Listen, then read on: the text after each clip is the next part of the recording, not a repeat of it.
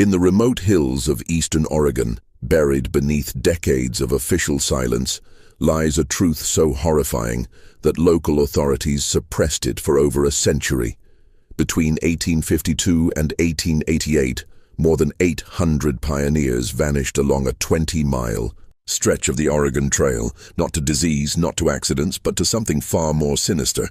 The Sacred Heart Chapel, a modest wooden structure that promised salvation to dying travelers, was actually the epicenter of the most methodical mass murder scheme in American frontier history. What began as isolated disappearances became a family enterprise so calculated, so ruthlessly efficient, that it redefined evil itself. The Grayson family didn't just kill for money. They perfected it into an art form, keeping meticulous records of every life they took, every family they destroyed, every dream they buried in shallow graves. Before we descend into the darkness that consumed the Grayson family and their victims, I need to ask something of you. This channel isn't for everyone, only for those brave enough to confront the most disturbing truths hidden in America's past. If you're one of the few who can handle these dark revelations, subscribe now and leave a comment telling me what state you're listening from. Your support helps us uncover the stories that others dare not tell. Now let's journey back to 1852, when the Oregon Trail promised hope but delivered horror. The Oregon Trail stretched like a lifeline across the American frontier, carrying dreams westward through 2,000 miles of unforgiving wilderness. For the thousands of families who sold everything they owned for a chance at a new life, each mile represented both hope and peril. Disease, starvation, and natural disasters claimed countless lives. But in the rolling hills of eastern Oregon, death wore a different face, one that smiled with Christian compassion while calculating the value of a family's possessions, the eye. Year 1852 marked the peak of Oregon Trail migration, with over 50,000 people making the treacherous journey west. By the time most wagon trains reached the Blue Mountains of Oregon, they had already traveled nearly 1,800 miles. Families were exhausted, supplies were running low, and the weakest members were often succumbing to trail fever, dysentery, and other ailments that turned dreams of prosperity into desperate struggles for survival. It was in this landscape of vulnerability that Father Mordecai Grayson established the Sacred Heart Chapel in 1851. The weathered wooden structure sat perched on a hill overlooking a natural stopping point along the trail, a place where weary travelers often paused to rest their oxen and bury their dead. To passing pioneers, the chapel represented divine providence, a beacon of hope in the wilderness where they could seek spiritual comfort and, if needed, proper Christian burial for their loved ones. Father Mordecai, a tall, gaunt man in his 40s, with penetrating gray eyes and a voice that commanded respect, had arrived in Oregon Territory claiming to be a traveling missionary. He spoke eloquently about his calling to serve the spiritual needs of westward-bound families, and his knowledge of Scripture seemed genuine enough to convince even the most skeptical travelers. Beside him stood his devoted wife, who took the name Sister Constance, a woman whose gentle manner and apparent medical knowledge made her invaluable to families struggling with sick children and dying relatives. Brother Ezekiel, Mordecai's younger sibling, completed the trio that would become synonymous with both salvation and damnation. Where Mordecai possessed the commanding presence of a natural leader, Ezekiel was the practical one, skilled with his hands, knowledgeable about livestock, and always ready to help struggling families repair their wagons or tend to their animals. Together, the three created an image of Christian charity that drew desperate families like moths to a flame. The chapel itself was modest but well-maintained, built from local timber with a small cemetery adjacent to the main building. Inside, rough-hewn pews faced a simple altar, adorned with a wooden cross that Mordecai claimed to have carved himself. The building's most distinctive feature was its unusually large basement, which the Graysons explained as necessary storage for supplies they kept on hand to help destitute travelers. The surrounding community was sparse, a few scattered homesteads, and a small trading post about 15 miles to the east. This isolation served the Graysons well, as it meant fewer witnesses to their activities and less chance of outside interference. Local settlers who had encountered the family generally spoke well of them, praising their generosity and Christian devotion. After all, who else would dedicate their lives to ministering to dying strangers in the middle of nowhere? What made the Graysons particularly effective was their understanding of the trail's brutal realities. They knew that by the time families reached their location, many would be dealing with serious illness, dwindling supplies, and the psychological exhaustion that came from months of hardship. They positioned themselves as the answer to these problems, not just spiritual guides, but practical helpers who could provide medical care, supplies, and even temporary shelter for families too weak to continue immediately. The denomination question never seemed to matter much to desperate families. Whether they were Methodist, Baptist, Presbyterian, or any other Protestant faith, the Graysons adapted their approach accordingly. Mordecai was well versed in various Protestant traditions and could quote scripture in whatever style best comforted his audience. This flexibility was crucial on the frontier, where denominational differences often took a back seat to simple survival. The first recorded disappearance occurred on September 23, 1852, though investigators would not piece together the timeline until decades later. The Morrison family, James, his pregnant wife Elizabeth, their 3 young children, and Elizabeth's elderly father, had been traveling with a wagon train that had dispersed after reaching the Oregon Territory. Like many families, they decided to push on alone toward their final destination, confident they could cover the remaining miles without the protection of a larger group. When the Morrisons' wagon developed a broken axle just 2 miles from the Sacred Heart Chapel, it seemed like divine intervention. James Morrison would later be quoted in territorial records as saying the chapel appeared like a gift from the Almighty when he spotted it from the ridge where his wagon had broken down. Brother Ezekiel, who seemed to have an uncanny ability to appear just when travelers needed help most, arrived at the broken wagon within hours of the accident. "Brother," Ezekiel said in the slow, measured cadence that would become his trademark, "the Lord has placed you near our humble chapel for a reason. Sister Constance has birthed many babies, and your Elizabeth looks ready to deliver any day now. Father Mordecai would consider it an honor to provide sanctuary while you repair your wagon and prepare for the blessed arrival." The Morrison family gratefully accepted the invitation, moving into the small cabin adjacent to the chapel that the Graysons maintained for exactly such purposes. For 3 days, everything seemed perfectly normal. Sister Constance tended to Elizabeth with gentle care. Brother Ezekiel helped James work on the wagon repairs, and Father Mordecai provided spiritual comfort to the anxious family. The children played in the chapel yard, while Elizabeth's father, Samuel, rested his arthritic bones in the cabin's comfortable rocking chair. On the 4th day, things began to change. Elizabeth's father was the first to fall ill, complaining of severe stomach cramps and nausea. Sister Constance attributed it to trail sickness, a catch-all term for the various ailments that plagued travelers, and began administering what she called blessed remedies that she prepared from herbs and other ingredients kept in the chapel's basement. "The Lord provides healing through nature's bounty," she would say while mixing her concoctions, "but sometimes the body must purge itself of toxins before the healing can begin." Within hours of taking Sister Constance's medicine, Samuel's condition worsened dramatically.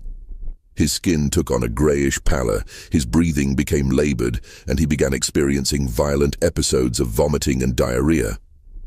James Morrison, growing alarmed, asked if they should seek help from the trading post to the east, but Father Mordecai counseled patience. "Brother James, the preacher said, placing a reassuring hand on the younger man's shoulder. "I have seen this sickness many times on the trail. It must run its course. Moving Samuel now would surely kill him. We must trust in the Lord's timing and Sister Constance's healing gifts." By the 6th day, young Tommy Morrison, age 7, began showing similar symptoms than his sister Mary, age 5. Sister Constance worked tirelessly, preparing more remedies, administering what she called purifying treatments, and keeping vigil over the increasingly sick family members.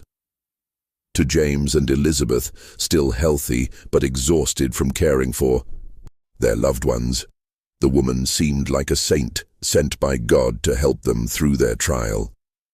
The truth was far more sinister. The blessed remedies that Sister Constance administered with such apparent devotion contained carefully measured doses of arsenic, which the Graysons had discovered could be obtained from local mining operations under the pretense of pest control.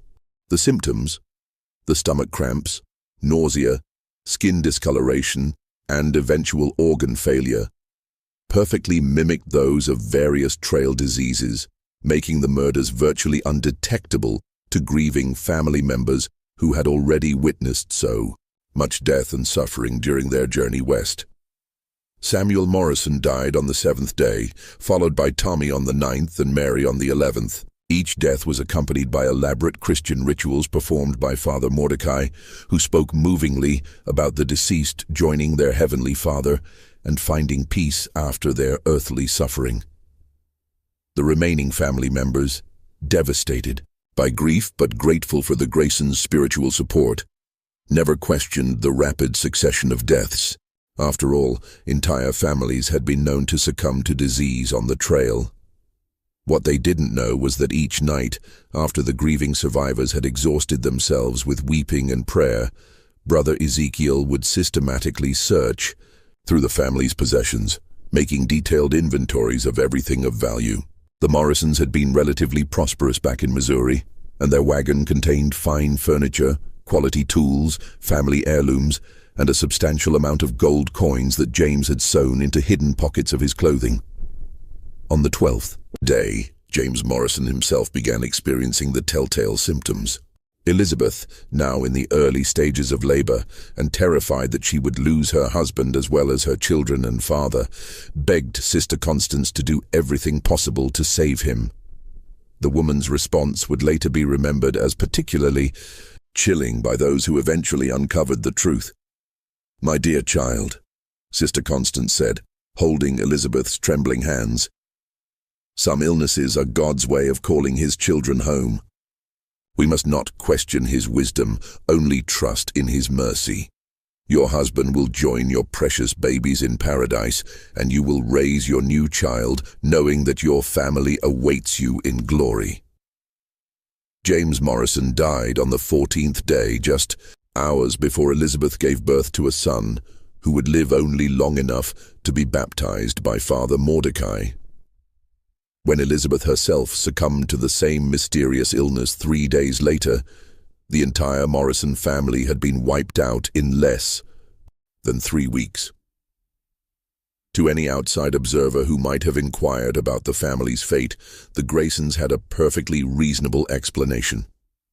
The Morrisons had arrived sick and exhausted from the trail, had contracted a virulent form of dysentery that sometimes struck entire families, and had died despite the best efforts of Christian caregivers who had risked their own lives to provide comfort in their final hours. Father Mordecai had given them proper Christian burial in the chapel cemetery, and their possessions had been consecrated to the Lord's work, a euphemism for theft that sounded appropriately pious. But the Morrison family's disappearance was only the beginning. The Graysons had discovered something that would transform their lives and terrorize the Oregon Trail for the next 36 years. Murder, when executed with sufficient planning and religious justification, could be extraordinarily profitable. The success of their first family annihilation taught the Graysons valuable lessons that would shape their methodology for decades to come. They learned that isolated families were easier targets than those traveling in groups, that the gradual onset of arsenic poisoning perfectly mimicked common trail ailments, and that their religious authority gave them almost unlimited credibility, with desperate, grieving people who needed someone to blame besides God for their suffering. Most importantly, they discovered that the Oregon Trail provided them with an endless supply of victims who wouldn't be missed for months, if ever. Unlike settled communities where disappearances would be quickly noticed and investigated, the trail was full of transient families whose exact whereabouts were unknown to relatives back east. A family that vanished in Oregon might not be expected to make contact with loved ones for 6 months or more. And even then, the dangers of frontier life provided countless plausible explanations for their silence. The months following the Morrison murders saw the Graysons refining their operation. With methodical precision, they established patterns and procedures that would serve them well over the years. Brother Ezekiel became their scout, riding the trail approaches to identify promising targets. Families with obvious wealth, those traveling alone or in small groups, and especially those already dealing with illness or mechanical problems that made them vulnerable to offers of help. Sister Constance developed her poisoning techniques, experimenting with different doses and delivery methods to achieve maximum effectiveness while maintaining plausible deniability. She discovered that arsenic could be easily disguised in herbal teas, medicinal tinctures, and even communion wine, making it simple to administer to entire families under the guise of spiritual or medical care. Father Mordecai, meanwhile, perfected the psychological manipulation that kept victims compliant even as their loved ones died around them. He became expert at reading people's denominational backgrounds and adjusting his theological approach accordingly. For Methodist families, he emphasized divine healing and the power of prayer. For Presbyterians, he focused on predestination and God's ultimate plan. For Baptists, he stressed personal salvation and the promise of heavenly reunion. The chapel itself underwent subtle modifications to support their murderous enterprise. The basement was expanded and divided into sections, one area for storing victims' possessions, another for preparing arsenic solutions, and a third that served as a temporary morgue where bodies could be kept while the Graysons decided on disposal methods. They also dug a series of unmarked graves in a grove of trees behind the chapel, locations that would eventually hold the remains of hundreds of their victims. The winter of 1852-1853 provided the Graysons with valuable time to plan and prepare for the next year's killing season. They used the months when the trail was largely empty to sort through the Morrison family's possessions, deciding what to keep, what to sell, and what to hide. They also made their first contact with black market dealers in larger Oregon settlements, establishing relationships with men who asked no questions about the origins of the goods they purchased. Brother Ezekiel proved particularly adept at this aspect of their operation. His honest face and straightforward manner made him believable when he claimed to be selling possessions on behalf of families who had decided to return east or had died of natural causes. He learned to space out his sales across multiple communities and to target different types of buyers for different categories of goods. Fine furniture and household items went to wealthy settlers looking to improve their homes. Tools and farming equipment were sold to practical farmers. Jewelry and precious metals found their way to merchants who specialized in such items. By spring 1853, the Graysons had transformed from amateur killers into professional predators with a sophisticated understanding of their craft. They had resolved the practical problems of victim selection, murder methodology, body disposal, and profit realization. More importantly, they had created a public persona that made them virtually above suspicion. The spring of 1853 brought renewed trail traffic and fresh opportunities for the Grayson family enterprise. Their second major success came in May when they encountered the Hoffman family, German immigrants who spoke limited English and were traveling with a wagon full of valuable possessions, including fine craftsmanship tools, quality textiles, and a substantial amount of gold coins that represented their life savings. The Hoffmans were ideal victims in many ways. Their language barrier made them dependent on the Graysons for communication with other travelers. Their foreign customs made them seem exotic and potentially suspicious to other trail users, and their obvious wealth made them attractive targets. Additionally, their limited English meant they were less likely to understand subtle warnings or to effectively communicate concerns to other travelers. The family's patriarch, Heinrich Hoffmann, was a skilled clockmaker who had brought his tools and trade goods to establish a business in Oregon. His wife Greta was pregnant with their fourth child, and their three existing children ranged in age from 6 to 12. When mechanical problems with their wagon forced them to seek help near the Sacred Heart Chapel, the Graysons saw another opportunity to perfect their deadly craft. This time, they experimented with different approaches. Instead of waiting for the family to develop natural illness, Sister Constance began administering small doses of arsenic almost immediately, disguised as preventive medicine to ward off trail diseases. She convinced the family that the blessed protection she offered would keep them healthy during their recovery period. "Mein Gott," Heinrich said in his broken English when Sister Constance first offered her medicine. "You are so kind to strangers.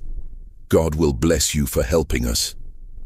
"God has already blessed us," Sister Constance replied with practiced sincerity, "by giving us the opportunity to serve His children in their time of need." The Hoffman family's murder took nearly a month to complete, but the extended timeline allowed the Graysons to thoroughly inventory their possessions and establish detailed plans for disposing of the valuable clockmaking tools and trade goods. It also gave them time to study the family's routines and relationships, knowledge that would prove valuable in their future operations.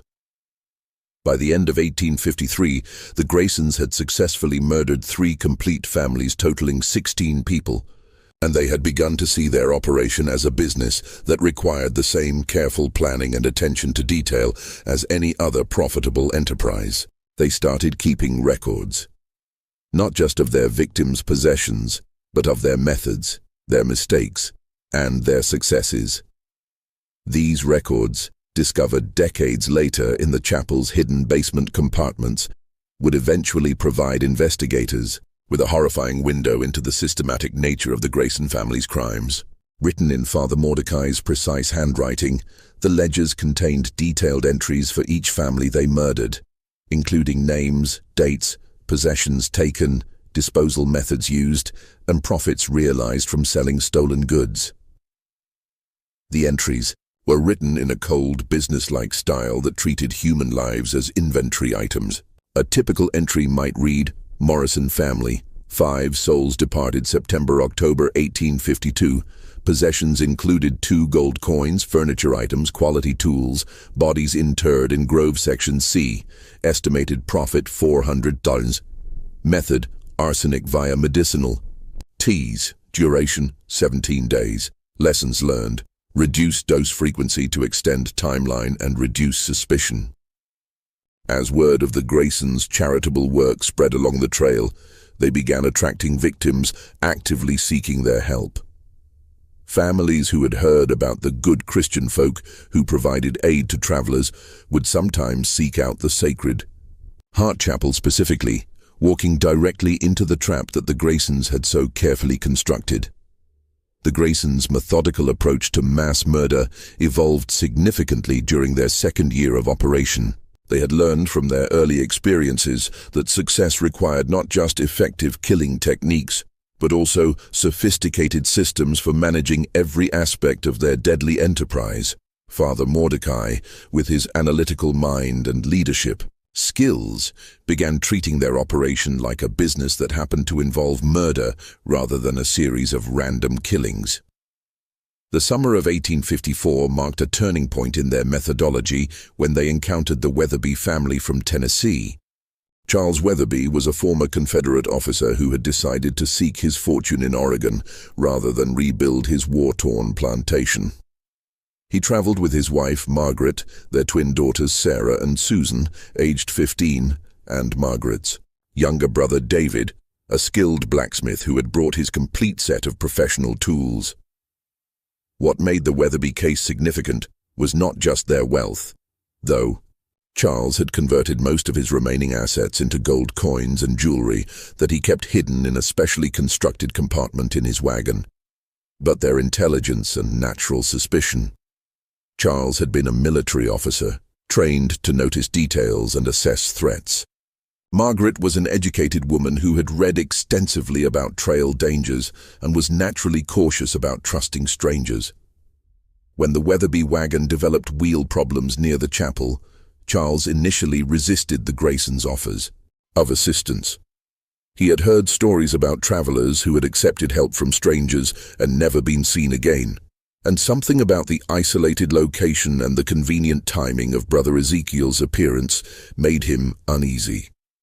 "I appreciate your Christian charity," Charles told Father Mordecai during their first meeting, "but we've got the skills and tools to handle our own repairs. We'll be moving on directly." Father Mordecai, however, had become expert at reading people and adapting his approach accordingly. Rather than pressing the issue, he withdrew gracefully, mentioning casually that Sister Constance had mentioned seeing signs of sickness in the area, possibly cholera or dysentery, and suggesting that the family might want to consider staying, put until they were certain none of them had been exposed.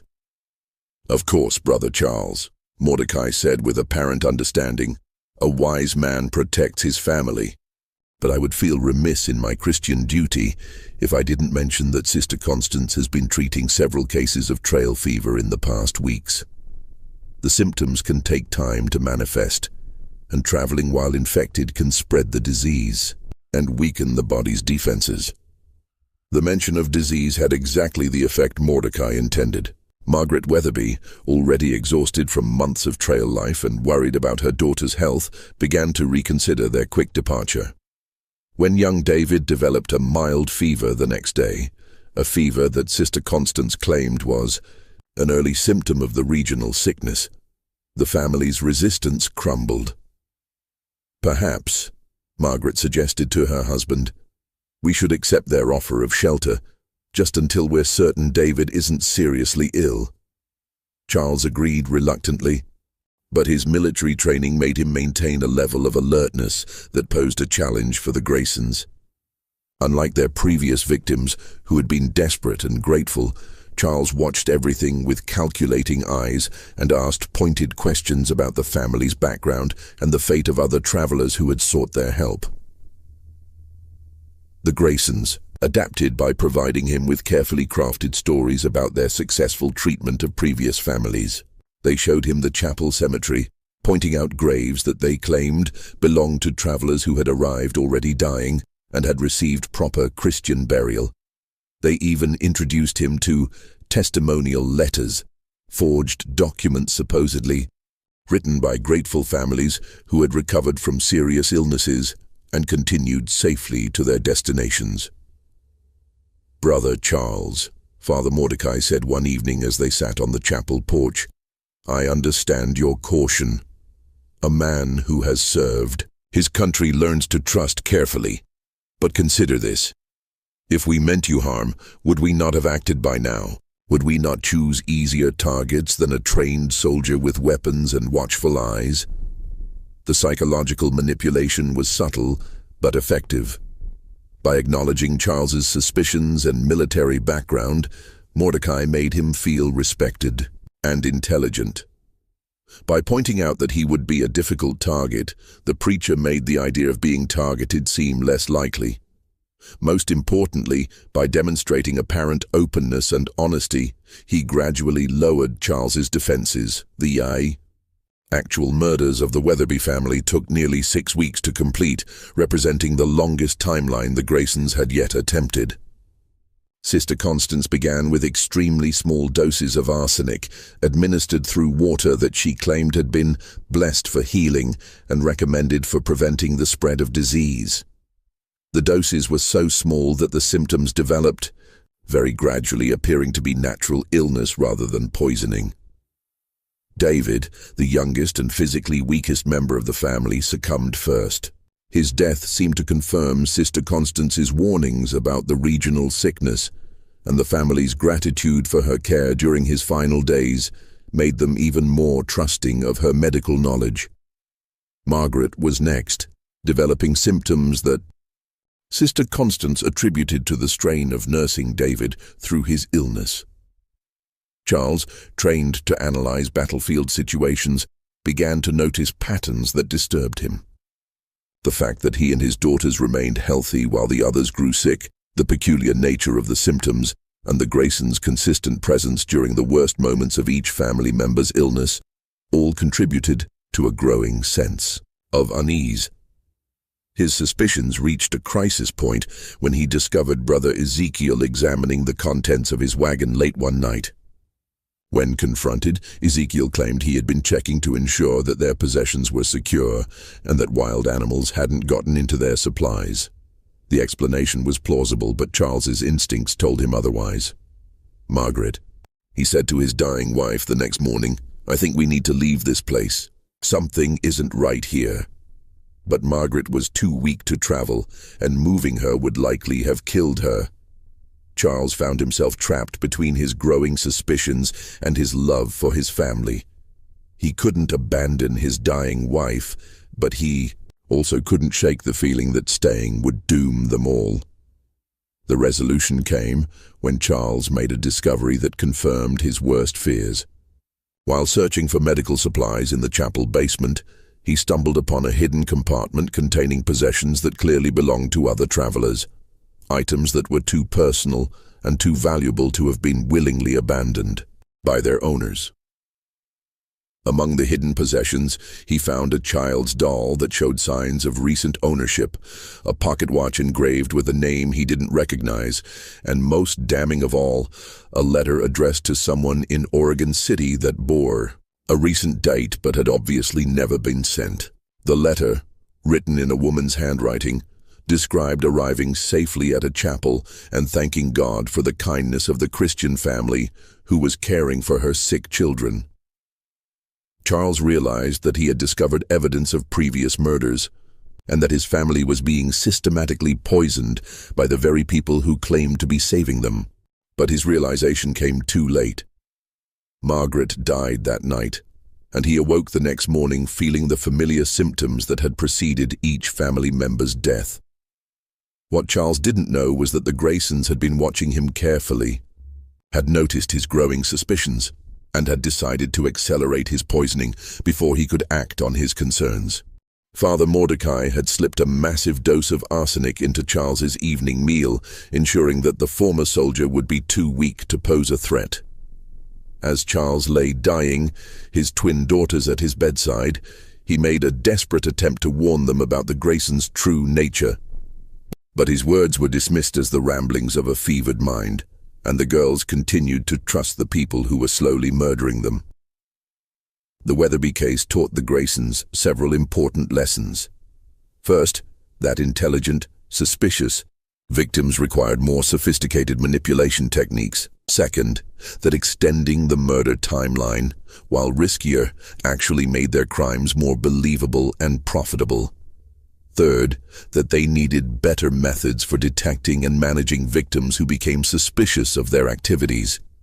Most importantly, the case demonstrated that even trained, intelligent people could be successfully deceived and murdered if the right psychological techniques were applied with sufficient patience and skill.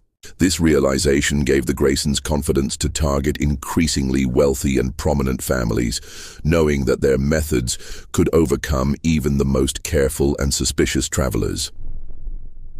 The discovery of evidence from previous murders in the chapel basement also led to improvements in their evidence disposal procedures. They began burning personal items that could identify victims, melting down jewelry and precious metals to eliminate identifying marks, and creating more sophisticated hiding places for possessions that they intended to keep or sell later. By the end of 1854, the Graysons had murdered 23 people in 7 families, and their operation had become a sophisticated criminal enterprise that generated substantial profits while maintaining complete secrecy. They had also begun to see themselves not as criminals, but as instruments of divine will who were rewarded for their service by being allowed to prosper from their victims' possessions. The year 1855 marked a crucial turning point in the Graysons' murderous career when they encountered their first major challenge: the survival of the intended victim who had witnessed enough to expose their entire operation. The incident began, routinely enough, with the arrival of the Patterson family from Ohio, but it would end with the Graysons facing the terrifying possibility of discovery and the need to make desperate choices about their future. Thomas Patterson was a successful merchant who had liquidated his Ohio business to pursue opportunities in Oregon's growing economy. He traveled with his wife Emily, their 4 children aged 8 to 16, and Emily's sister Catherine, an unmarried woman in her 30s who served as the family's teacher and caregiver. What made the Patterson family particularly attractive to the Graysons was not just their obvious wealth. Thomas had converted his business assets into easily transportable gold and banknotes, but also their apparent respectability and the likelihood that their disappearance would eventually be noticed by business associates in both Ohio and Oregon. The family's wagon train had dispersed near the Blue Mountains, and they were traveling alone when they encountered Brother Ezekiel, approximately 5 miles from the Sacred Heart Chapel. Their wagon had not broken down, and none of the family members were obviously ill, but Ezekiel had learned to create opportunities rather than simply wait for them to occur. "Good afternoon, brother," Ezekiel called out as he approached the Patterson wagon. "I couldn't help but notice your fine team of oxen. That's quality livestock right there. You folks wouldn't happen to be interested in trading for some fresh supplies, would you? We keep a good stock at the chapel just ahead." Thomas Patterson was a shrewd businessman who had learned to evaluate offers carefully before making decisions. He was interested in the possibility of obtaining fresh supplies, but something about Ezekiel's manner, perhaps too friendly, too eager, made him cautious. "We appreciate the offer," Thomas replied, "but we're well supplied for the remainder of our journey. We'll be moving on directly." Ezekiel, however, had prepared for this response. Of course. But I wonder if I might mention something that could save your family considerable trouble. Sister Constance, that's our medical woman. She's been treating several cases of mountain fever in recent weeks. Nasty business, that. Takes hold gradually, and by the time folks realize they're sick, they're too weak to travel safely. The mention of disease had its intended effect on Emily Patterson, who immediately began worrying about her children's health. "Mountain fever?" she asked. "We haven't heard anything about disease in the area." "Well, ma'am," Ezekiel said with practiced concern, "it's not something folks like to talk about. Bad for business, if you know what I mean. But Sister Constance, she's got remedies that can prevent it if administered before the symptoms appear. Might be worth your while to stop by the chapel, just to have your family examined." Thomas remained skeptical, but Emily's maternal instincts had been activated. The idea that her children might be exposed to a dangerous disease without her knowledge was terrifying, and the possibility of prevention was too valuable to ignore. "Thomas," she said quietly, "perhaps we should at least speak with this medical woman. If there's disease in the area, shouldn't we take precautions?" Reluctantly, Thomas agreed to visit the chapel, telling himself that they would simply get information about the supposed disease and then continue their journey. He had no way of knowing that this decision would lead to the most harrowing experience of his life and the near destruction of his entire family. The Graysons received the Patterson family with their usual combination of Christian warmth and subtle manipulation. Father Mordecai impressed Thomas with his knowledge of business and his apparent familiarity with commercial conditions in Oregon. Sister Constance charmed Emily with her gentle manner and her obvious affection for children. Brother Ezekiel entertained the Patterson children with stories of frontier life and demonstrations of his various practical skills. Within hours of their arrival, the family had agreed to spend the night at the chapel to allow Sister Constance to examine everyone for signs of mountain fever. The examination revealed, predictably, that several family members showed early symptoms that required immediate treatment with Sister Constance's preventive remedies. Catherine Patterson, Emily's sister, was the first to receive treatment. As an unmarried woman with no children of her own, she had devoted her life to caring for her sister's family and was particularly concerned about the children's health. She eagerly accepted Sister Constance's medicine and encouraged the others to do the same. But Catherine was also the most observant member of the family, and she possessed a naturally analytical mind that made her notice details that others might miss. On the second night of their stay, she observed Brother Ezekiel making what appeared to be a careful inventory of their wagon's contents. When she mentioned this to Sister Constance, the older woman dismissed it as routine concern for their security. "Brother Ezekiel checks all our guests' possessions," Sister Constance explained.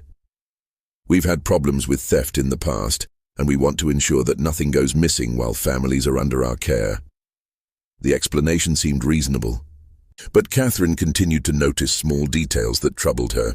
The way Father Mordecai's eyes lingered on Thomas's gold watch. The fact that Sister Constance always prepared her medicines in private, never allowing anyone to observe the process.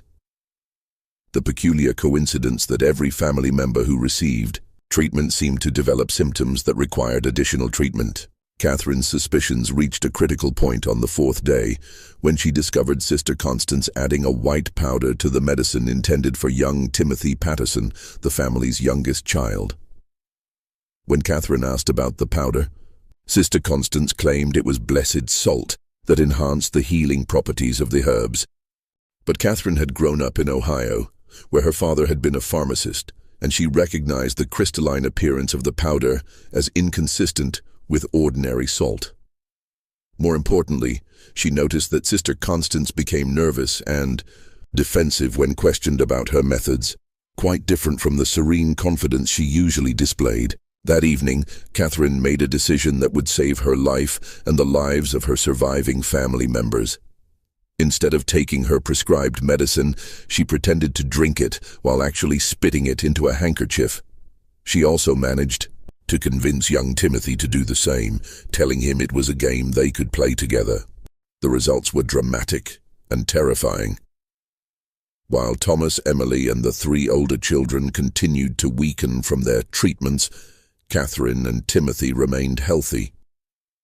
More importantly, Catherine began to notice that the sickest family members were those who had been most compliant with Sister Constance's medical regimen. By the sixth day, 2 of the Patterson children had died, and Thomas was clearly dying. Emily, though weak, was still conscious and alert enough to have a conversation with her sister. It was during this conversation that Catherine made the decision to share her suspicions. "Emily," she whispered, "I think these people are poisoning us. I think they're killing our family." Emily's initial reaction was disbelief and anger. The idea that the kind Christian family who had been caring for them could be murderers seemed impossible.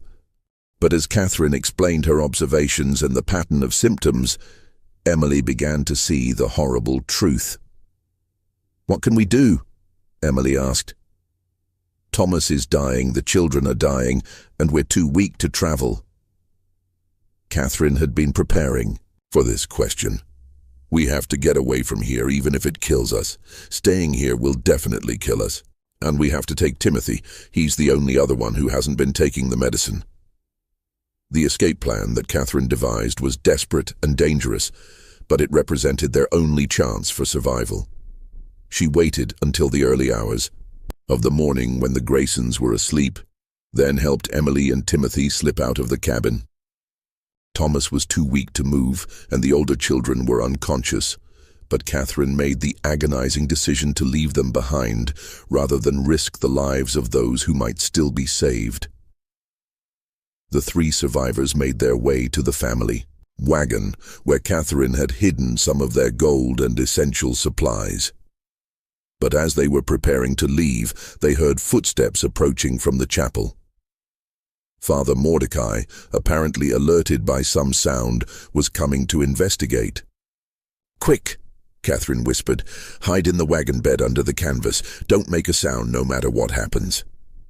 Father Mordecai found Catherine standing beside the wagon, and his reaction confirmed her worst fears. Instead of showing concern for a family member who might be sleepwalking or confused by illness, his expression was cold and calculating. "Sister Catherine," he said quietly, "you should be resting. The mountain fever can cause confusion and poor judgment." "I couldn't sleep," Catherine replied, trying to keep her voice steady. "I was worried about Thomas and the children." Mordecai studied her for a long moment, and Catherine realized that he was evaluating whether she had discovered their secret. The tension stretched between them like a taut wire, each waiting for the other to reveal their intentions. "Perhaps," Mordecai said finally, "Sister Constance should prepare a stronger remedy for you, something to help you rest more peacefully." Catherine understood that he was proposing to kill her immediately, rather than wait for the gradual poisoning to take effect. "That's very thoughtful," she said, "but I think I'll try to sleep naturally first." "I'm afraid I must insist," Mordecai replied, and his hand moved to something concealed beneath his coat. What happened next would haunt Catherine Patterson for the rest of her life. As Mordecai stepped toward her, apparently intending to force her back to the cabin, Emily Patterson emerged from behind the wagon. Despite her weakness from the poison, she had managed to arm herself with Thomas's pistol. "Step away from my sister," Emily said, her voice weak but determined. Mordecai turned toward this new threat, and in that moment of distraction, Catherine grabbed a heavy iron tool from the wagon and struck him in the head. The blow wasn't fatal, but it stunned him long enough for the two women and the child to begin their desperate escape. The wagon pulled away from the Sacred Heart Chapel just as Brother Ezekiel emerged from the main building, alerted by the commotion. The last thing Catherine saw as they fled was Ezekiel running toward the cabin where the rest of their family lay dying, probably to finish what the poison had started. The escape journey was a nightmare of fear, exhaustion, and grief. Emily, weakened by weeks of poisoning, could barely remain conscious, leaving Catherine to drive the wagon while caring for Timothy and watching for pursuit.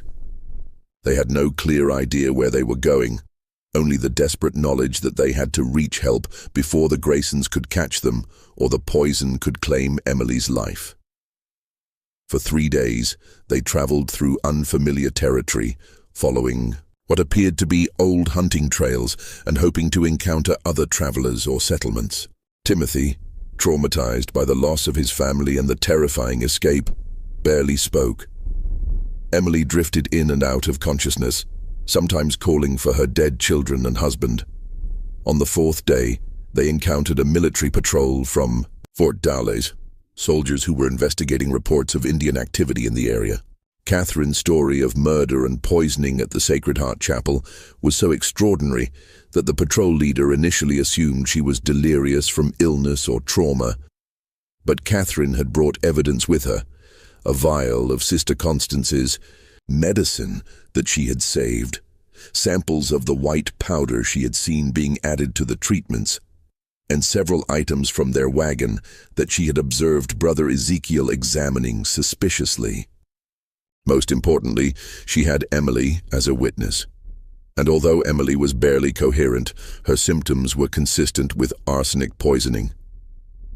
The military investigation that followed would expose the true scope of the Graysons' crimes, but it would also reveal that the 3 family members had escaped just in time.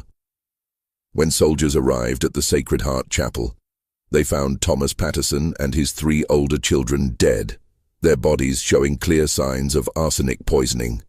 The Graysons themselves had vanished, taking with them most of the stolen possessions that had been hidden in the chapel basement. The discovery of the basement storage areas provided investigators with their first glimpse into the systematic nature of the Graysons' murders. Hidden compartments contained possessions from dozens of families, carefully sorted and catalogued. Most shocking of all were the detailed records that Father Mordecai had kept, documenting each family's murder with the cold precision of a business ledger. The records revealed that the Patterson family had been the Graysons' 37th intended victim group, and that over a period of less than 3 years, they had murdered more than 150 people. The entries described not just the murders themselves, but also the profits realized from selling stolen goods and the lessons learned from each successful operation. Catherine Patterson's survival and testimony marked the beginning of the end for the Grayson family enterprise.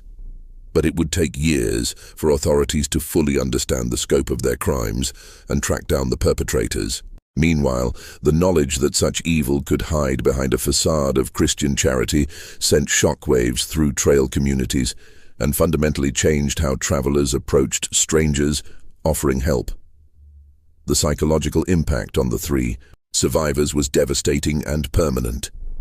Emily Patterson never fully recovered from the arsenic poisoning and died within a year of their escape, her body too damaged by the toxic treatments to sustain life.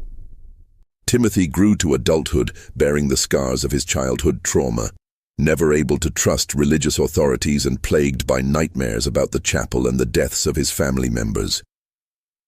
Catherine Patterson became obsessed with exposing the Graysons and ensuring that they faced justice for their crimes.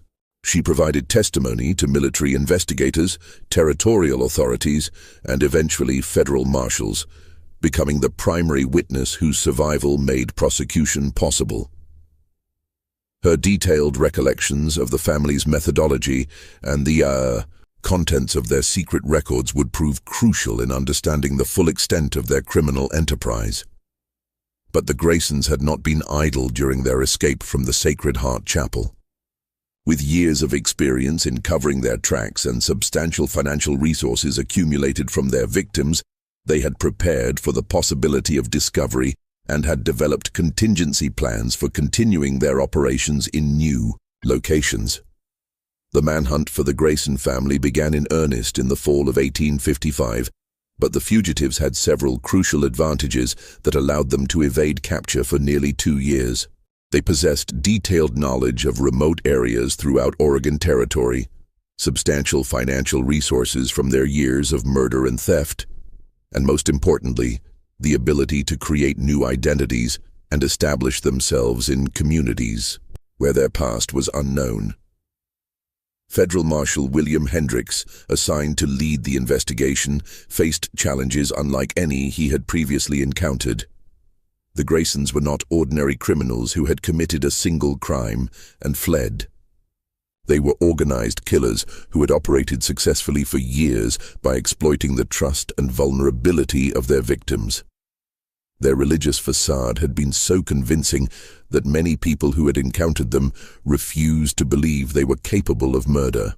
"These aren't desperate men who killed in a moment of passion," Marshal Hendricks wrote in his official report. "These are calculating predators who turned murder into a business enterprise.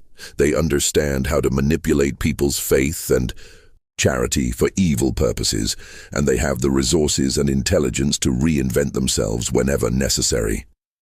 The breakthrough in the investigation came in the spring of 1857, when authorities in California reported suspicious activities at a remote mission station near the Oregon-California border. The Mission of Divine Mercy had appeared suddenly in a location that provided access to multiple wagon train routes, and travelers who stopped there for help were reportedly disappearing under mysterious circumstances. The mission was operated by a man calling himself Father Benedict Morrison and his 2 assistants, Sister Mary Morrison and Brother Thomas Morrison. To casual observers, they appeared to be a dedicated religious family, providing charitable services to travelers in need. But Marshal Hendricks recognized the operational pattern from Catherine Patterson's testimony and the evidence found at the Sacred Heart Chapel. The mission's location was strategically chosen to intercept families traveling between Oregon and California, groups who were often isolated, exhausted, and vulnerable to offers of assistance. The building itself was larger than the original chapel, with expanded basement areas and multiple outbuildings that could serve various purposes in a murder and theft operation.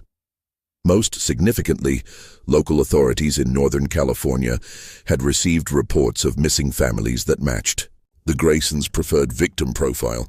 Wealthy families traveling alone or in small groups would seek help at the mission and then simply vanish, leaving no trace of their planned destinations or current whereabouts. Marshal Hendricks assembled a team of federal agents and military personnel to investigate the mission, but he was determined not to repeat the mistake that had allowed the Graysons to escape from the Sacred Heart Chapel. This time, the approach would be carefully planned and executed to prevent the suspects from fleeing or destroying evidence. The investigation team spent several weeks conducting surveillance of the mission from concealed positions in the surrounding hills.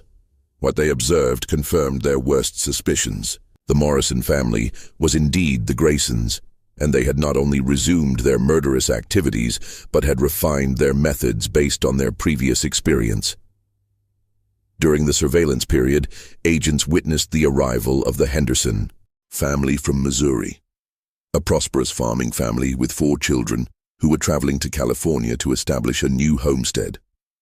The family's wagon was loaded with farming equipment, household goods, and what appeared to be substantial financial resources. The Graysons' approach to the Henderson family followed their established pattern with disturbing precision. Father Mordecai, now calling himself Father Benedict, greeted the family with apparent warmth and immediately began assessing their wealth and vulnerability. Sister Constance, using the name Sister Mary, quickly identified which family members might be most susceptible to her medical treatment. Brother Ezekiel, now Brother Thomas, began evaluating their possessions and transportation. But the surveillance team also observed new elements in the Graysons' operation that demonstrated how their methods had evolved. They had recruited several accomplices, local men who posed as legitimate traders and scouts, but who actually served as lookouts and assistants in the murder process. They had also developed more sophisticated techniques for disposing of bodies and concealing evidence. Most chilling of all, the agents observed the Graysons testing different approaches to family annihilation. Rather than relying solely on gradual arsenic poisoning, they experimented with faster-acting methods that could eliminate entire families within days rather than weeks. They had apparently concluded that their previous timeline was too risky and that quicker murders would be less likely to attract attention. Marshal Hendricks faced a terrible dilemma as he watched the Henderson family being drawn into the Graysons' trap. Intervening immediately might save the Henderson family, but it would also allow the Graysons to escape again, potentially to resume their activities elsewhere. Waiting for more evidence might provide the proof needed for successful prosecution, but it would almost certainly result in the deaths of innocent people. The decision was made for him when one of his agents observed Brother Ezekiel administering what appeared to be a large dose of poison to the youngest Henderson child. The boy, who had been healthy and active that morning, suddenly became violently ill after drinking milk that Ezekiel had personally delivered to him. "We move now," Hendricks told his team. "We can't let another family die while we gather evidence." The raid on the mission of Divine Mercy began at dawn on June 15, 1857, nearly 2 years after the Graysons' escape from the Sacred Heart Chapel. Federal agents and military personnel surrounded the compound while the family was still asleep, preventing any possibility of escape or evidence destruction. What they found inside the mission buildings exceeded even their worst expectations. The basement areas contained possessions from at least 20 families, far more than could have been accumulated during the Graysons' brief time at this location. Hidden compartments revealed detailed records of murders committed not just in Oregon and California, but also in other territories where the family had apparently operated before establishing their Oregon base. The records painted a picture of criminal enterprise that spanned more than a decade and multiple states. The Graysons had been murdering travelers and stealing their possessions since at least 1845, moving from location to location as circumstances required, and leaving behind a trail of death that investigators were only beginning to understand. Father Mordecai's journals contained entries that revealed the psychological evolution of the family's criminal activities. Early entries showed some evidence of guilt and religious justification for their actions, with Mordecai convincing himself that he was providing mercy to suffering travelers while being rewarded by God for his charitable work. But later entries demonstrated a complete abandonment of any moral considerations. The murders were described purely in terms of profit and efficiency, with detailed analysis of which methods produced the best results and which types of victims offered the greatest rewards. The journals read like the business records of a particularly successful enterprise, with human lives reduced to inventory items and murder treated as a routine operational procedure. Most disturbing of all were the entries describing the family's future plans. Mordecai had been developing schemes for expanding their operation to include multiple locations, with different family members running separate murder sites along various travel routes. He had also been experimenting with ways to kill larger groups of people simultaneously, apparently motivated by the inefficiency of murdering families one by one. The capture of the Henderson family in the early stages of poisoning allowed investigators to save their lives and obtain first-hand testimony about the Graysons' methods. James Henderson, the family patriarch, provided detailed accounts of how the family had been manipulated and how the poisoning process had been disguised as medical treatment. They seemed like angels sent by God, Henderson told investigators. Sister Mary was so gentle with our children, so knowledgeable about treating sickness. Father Benedict spoke with such authority about Scripture and God's will. If someone had told me they were murderers, I would have called them crazy. The psychological manipulation techniques that the Graysons employed were sophisticated enough to deceive intelligent, educated people who had been specifically warned about the dangers of trusting strangers on the trail. Their religious authority, combined with their apparent medical knowledge and genuine charitable actions, created a facade that was nearly impossible to penetrate until it was too late. Sister Constance, when finally questioned by authorities, showed no remorse for her role in the murders. Instead, she expressed anger at being prevented from completing her medical treatments, and insisted that the families they had killed were better off dead than continuing to suffer from trail diseases. Those people were dying anyway, she told Marshal Hendricks during her interrogation. We gave them comfort in their final days and ensured that their possessions went to support God's work rather than being wasted. We provided mercy that they wouldn't have received otherwise. Brother Ezekiel maintained his silence throughout the interrogation process, refusing to provide any information about their activities or express any opinion about their crimes. His behavior suggested that he viewed himself as a faithful follower who had simply obeyed orders without questioning their moral implications. Father Mordecai, however, displayed a completely different personality when confronted with evidence of his crimes. The charming, authoritative preacher disappeared, replaced by a cold, calculating killer who showed no emotion when presented with testimony from survivors or evidence of his victims' suffering. "You people don't understand what we accomplished," he told investigators. "We eliminated the weak and the diseased. We redistributed wealth from those who couldn't protect it to those who could use it effectively, and we provided spiritual comfort to people who would have died horrible deaths anyway. We were instruments of natural selection and divine will." The scope of the Graysons' crimes continued to expand as investigators analyzed their records and connected them to unsolved disappearances. throughout the Western Territories. Families that had vanished without explanation, isolated graves discovered by later travelers, and reports of mysterious illnesses at remote religious sites all began to form a pattern that pointed to the Graysons' involvement. By the time the investigation was complete, authorities had connected the family to the murders of more than 800 people across multiple states and territories. The actual number was likely higher, as many of their victims had been transient families whose disappearances had never been officially reported or investigated.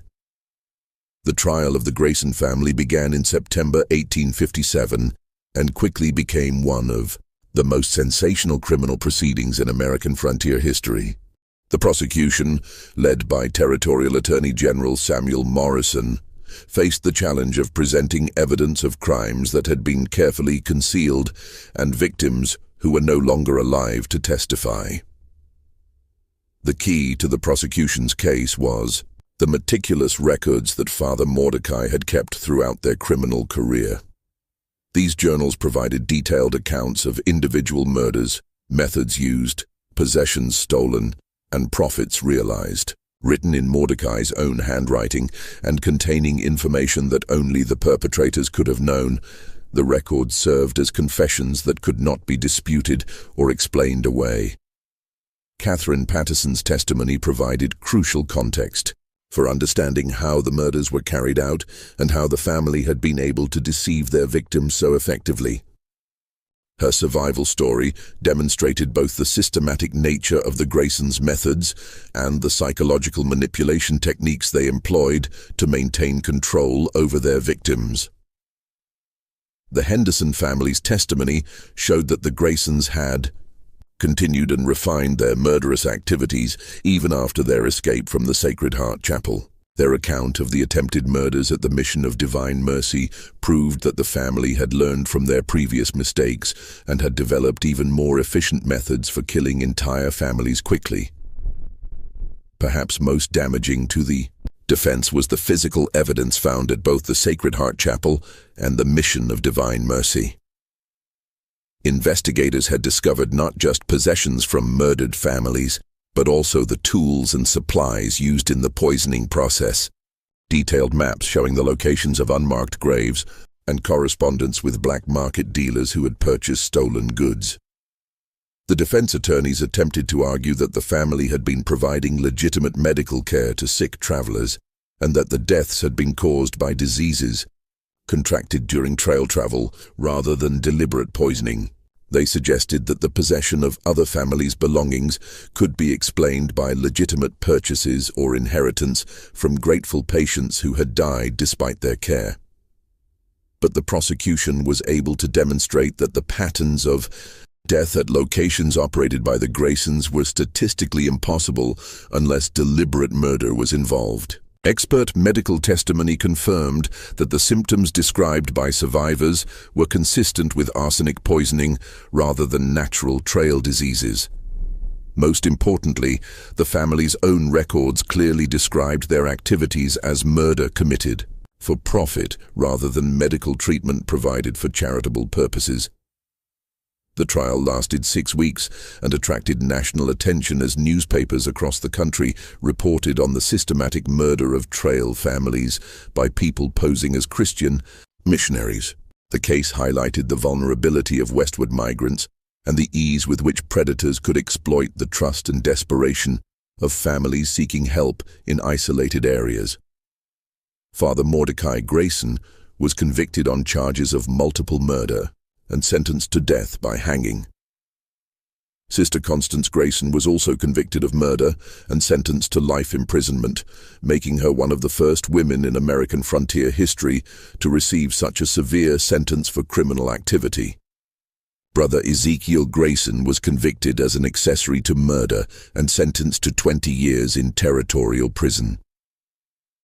The executions and imprisonment of the Grayson family marked the end of one of the most horrific criminal enterprises in American frontier history. But the impact of their crimes extended far beyond the immediate victims and their families. The case fundamentally changed how travelers approached offers of help from strangers and led to increased military patrols along major travel routes.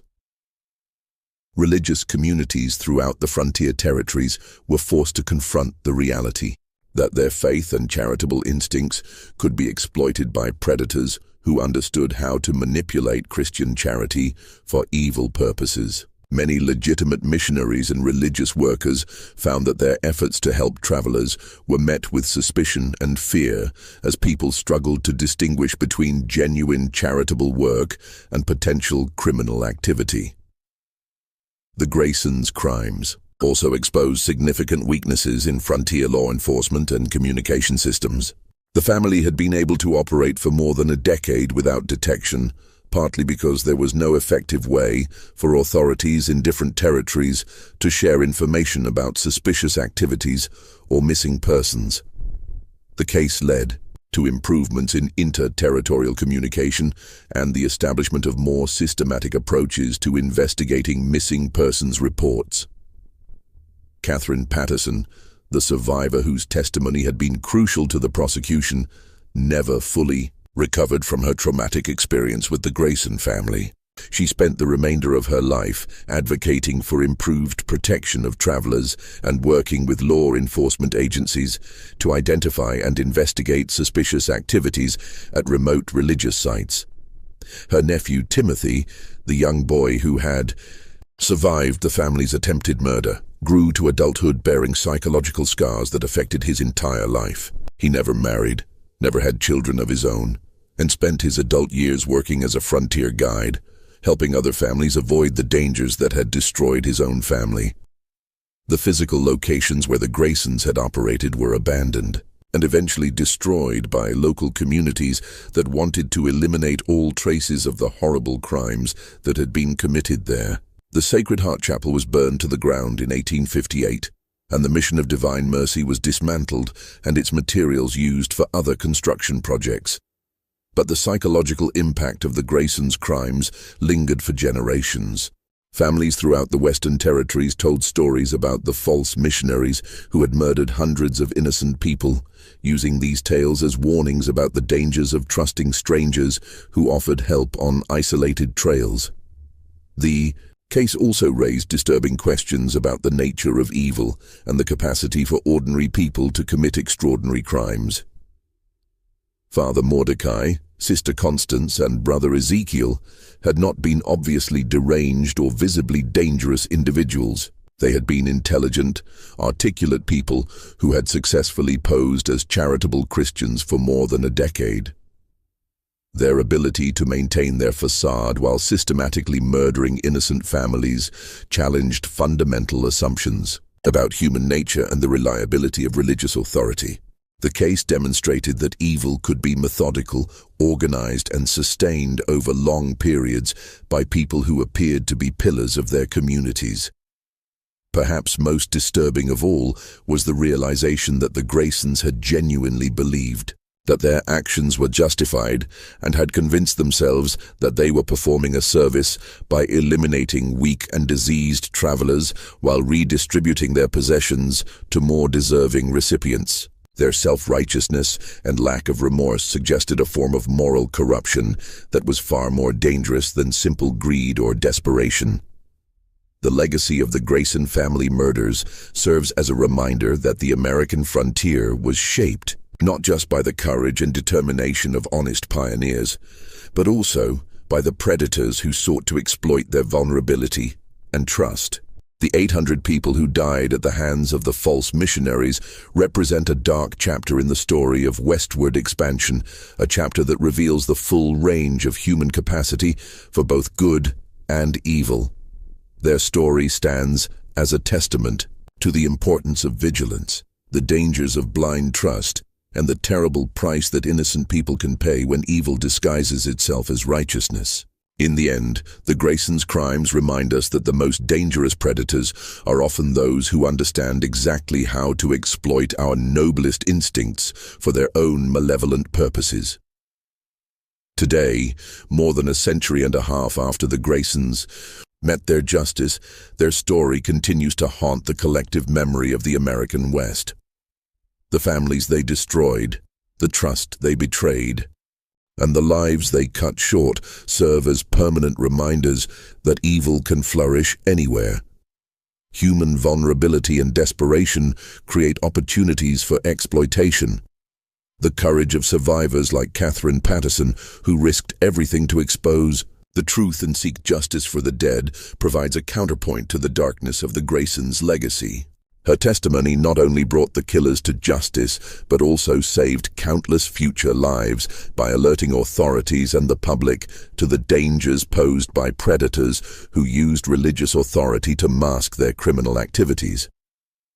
In remembering the Grayson family's crimes, we honor not just the victims who died, but also the survivors who found the strength to fight back against evil and ensure that justice was finally served. Their story reminds us that even in humanity's darkest moments, there are always those who will stand up for truth and refuse to let evil triumph unchallenged. What do you think about this chilling tale from America's frontier past? Does it change how you view the romanticized stories of westward expansion? The Grayson family's systematic exploitation of Christian charity reveals the darkest aspects of human nature and the terrible price of misplaced trust. If this story has given you chills and made you think about the hidden dangers that lurked on the frontier trails, share it with someone who loves dark historical mysteries. Hit that like button to support content that brings these forgotten horrors to light, and subscribe so you never miss the disturbing truths that shaped America's past. The next time you hear stories about the brave pioneers who conquered the American West, remember that they also had to survive predators like the Graysons, people who turned murder into a family business and hid their evil behind the mask of religious devotion.